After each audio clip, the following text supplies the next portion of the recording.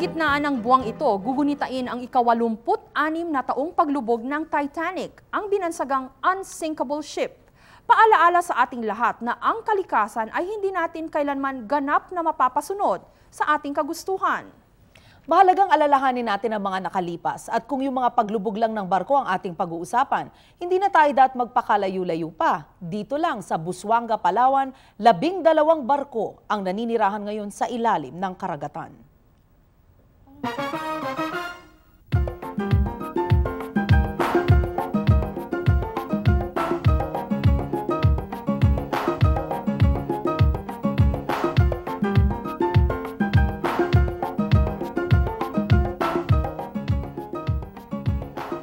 Ang isla ng Busuanga ay isa lamang sa malaparaisong lugar sa buong probinsya ng Palawan. Lingid sa kaalaman ng marami, naging malaking bahagi ang mga isla rito sa ating kasaysayan. Kung kaya't dinayo namin ang isla ng Dimakya. Sa mga turista, kilala ang isla ng Dimakya dahil sa Club Paradise, 1 oras mula sa Animal Sanctuary ng Kalawit. Ngunit alam niyo ba na ang baybayin ng Dimakya ay kadalasang binibisita ng mga dugong? Tirahan din ito ng iba't ibang uri ng isda, pawikan, at mga blue-spotted stingrays o page. At ang karagatan ng mga isla ng Busuanga, Coron at Tangat ay nagsisilbing kanlungan ng mga lumubog na barkong pangdigmaan ng mga Hapon noong taong 1944.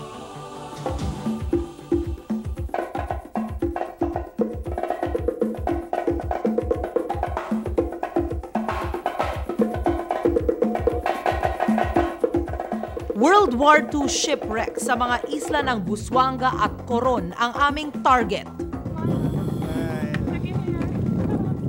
Look far.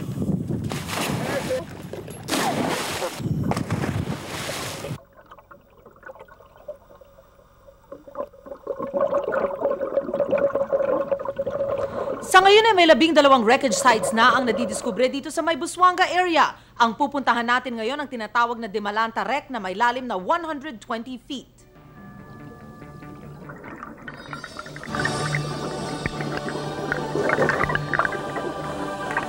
Ito ang barko ng Kyokuzan Maru, isang cargo ship ng mga Hapon noong ikalawang digmaan. Noong panahon ng giyera, nagsilbing kanlungan at taguan ang malalaking bundok ng Busuanga at Coron mula sa mga Amerikano. The Japanese already towards the end of war run low on resources, so they try to keep their resources. And while try to keep them, try to hide the ships between the many islands of Busuanga, try to be out of the U-boat attacks and other things. But the Americans unfortunately listened to their Morse codes and they heard about it, about the movement, so that's why they send up that amount of planes in the morning to attack.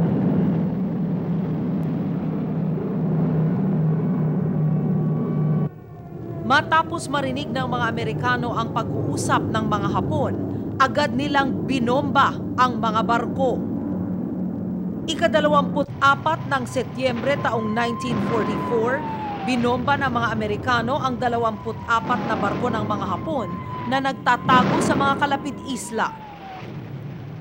Yeah, this picture shows pretty clearly actually still a wing of one of the fighter planes just before starving or try to attack the anchored ships as you see them down here in the bay. 54 na taon mula noong paglubog ng Kyokuzan Maru malapit sa bayan ng Dimalanta, ito ang higanteng barko ngayon.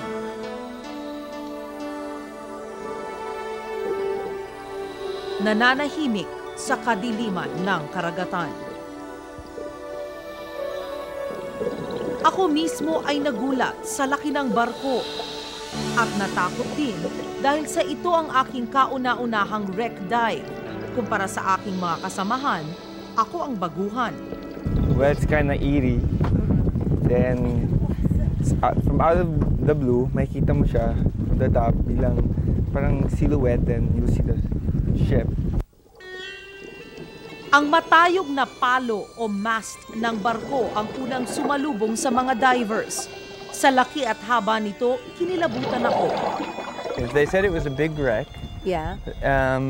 The biggest question you have is what visibility is going to be like. Okay. So, as we started to go down, to see the mast coming up was a big surprise. To see that it was going to be pretty good visibility. I was surprised about, once you got past the tall mast going down, just how clearly you could see, and then how good the condition of the wreck was. Ito ang unang palapag ng barko. Isang malaking butas ang aming dinaanan. Tanaw nito ay kadiliman lamang. No, I guess going inside wrecks, the closest I can think of right now would be kind of like going inside a haunted house when you were a kid. First part we came across was a hold, and to look down when you come across a wreck like that, first you come across the mast, and you follow it down, and to see the hold, one of the cargo holds, it's always a mysterious, emotional moment, I think, because it's dark down there, and your instinct is to stay away from it, but at the same time you're curious to go and see what's down there. That's true.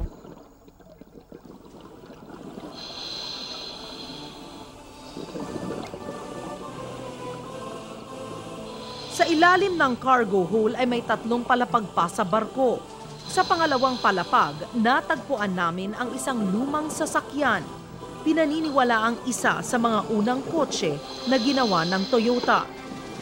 If you know something about the history, it's quite interesting. If you have, for example, a picture from the ship how it was in the past, and then now you see it after this long time laid on the ground of the sea, and it's like a coral from the outside part, because everywhere are corals, shells, many fish using it as a home, and most of people who are really interested in wreck diving, they like the penetration. Because it's very close to cave diving. Kabisado na ni Dirk Fahrenbach, German dive instructor ng Club Paradise, ang mga wreckage sites. Naniniwala si Dirk ng mga importanteng opisyal ng Japanese Army ang sakay ng barkong ito. Dahil sa bukod sa may kotse, meron din kaming natagpo ang truck sa ikatlong palapag o third deck. It was a cargo ship, but they use it as warship. There was even a gun in the back of the boat. The gun isn't there anymore. Not there anymore. There was a company picking up the propeller, the engines, and even the guns after the World War to get it as expensive iron. Noong 1960s, pinagkukuha ng isang American salvage company ang lahat ng mga makina, propeller at mga baril ng mga barko. Ngunit ang nakakabighani ay buong-buo pa rin ang Kyokusan Maru matapos itong bombahin ng mga Amerikano. Pinaniniwala ang tumama ang bomba sa rudder sa may likuran ng barko. Ayon sa mga saksi, may 2 linggo pa bago lumubog ang Kyokusan Maru. What happened here before? You like part of the used to history. walk, You go back. like people used to walk on this thing, and and then you kind of like imagine, what exactly, happened, and what were the activities here before. Yes, exactly. So then when you get to see those, parang may mga ilaw doon parang pang for the Bumbilya. It's like, Napansin mo yun? yeah, I did. Ilaw ng Yeah. And you hear voices. I don't know. You kind of like imagine things, and it makes it more exciting. Hindi mahirap isipin na noong minsan, mga sundalo ang umakyat baba sa mga hagdanang ito. Ano kaya ang naging reaksyon nila sa pagsabog? Sa hallway, sikat ng araw na lamang ang matatanaw sa bintana ng barko. At marahil ito, ang dating control room ng kapitan, ngayon, pinamumugaran ng mga batfish. Buo pa rin ang railings o ang rehas na bakod ng barko. The feeling in the beginning when you dive the first time a wreck is always very tremendous. It is such a big man-made thing, and when you then see little things like stairways, ladders, things what you have seen that people before touched, it gives the whole surrounding, the whole diving a very strange, very exciting impression.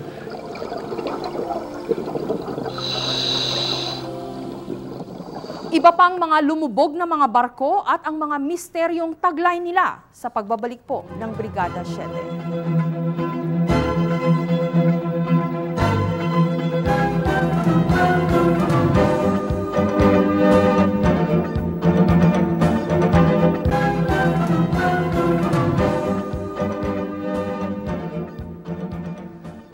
Pagsasalita lamang ang mga lumubog na barkong ito, ano kayang istorya ang ikukwento nila?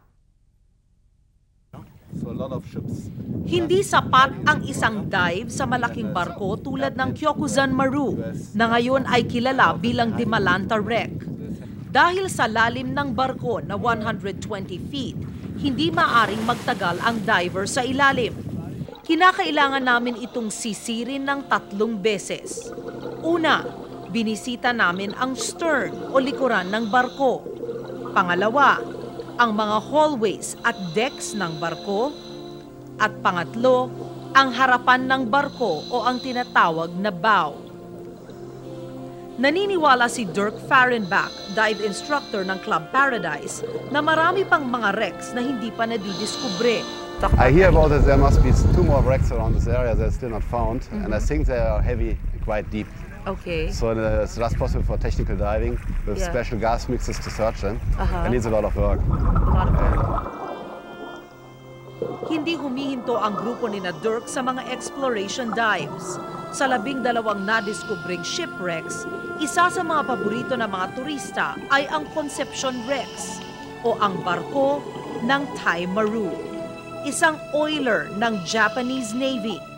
Ito ang itsura ng Thai Maru bago binomba ng mga Amerikano ang harapan ng barko o ang bow. The Conception Wreck is a huge oil tanker. Yeah. It's a very big ship. It's intact down there. It is partially intact.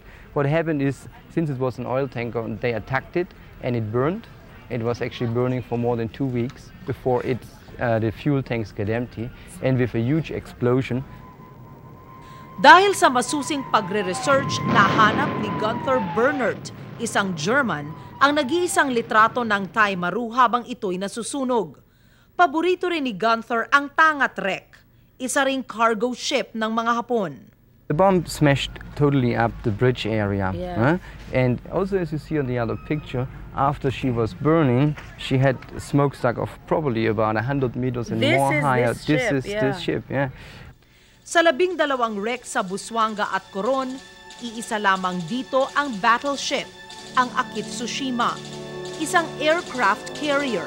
Sa tabi ng wreckage, matatagpuan din ang lumubog na barko. Ang Akitsushima ay masasabing mahirap na wreck dive. Bukod sa nakataob ito, maliliit ang mga butas at komplikado ang pagkakagawa ng barko. Delikado para sa mga baguhang divers. If you want to penetrate, there's special training for wrecks, right? And you just can't enter wrecks without a dive master or without you knowing kung may lalabasan kayo. Bukod sa pagiging dive master, naging lightman pa namin si Howard at ang aming underwater videographer, si Gay, na dati mahilig lamang mag-dive. Ngayon, taking video underwater doesn't do justice to the total experience. Okay. Which is really 360 degrees turnaround. You're limited. Parang tunnel vision, kumbaga. You can only see what's through the lens. Yes. Marahil isa sa mga paboritong parte ng barko ng mga divers ay ang harapan o bow.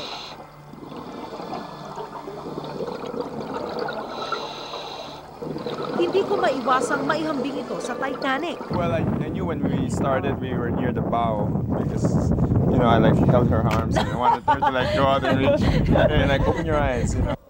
Sa aking pag-iikot sa Dimalanta Wreck, kinilabutan ako sa pag-iisip na hindi pa ako pinapanganak ay narito na ang barkong ito. Dito na ito tumanda.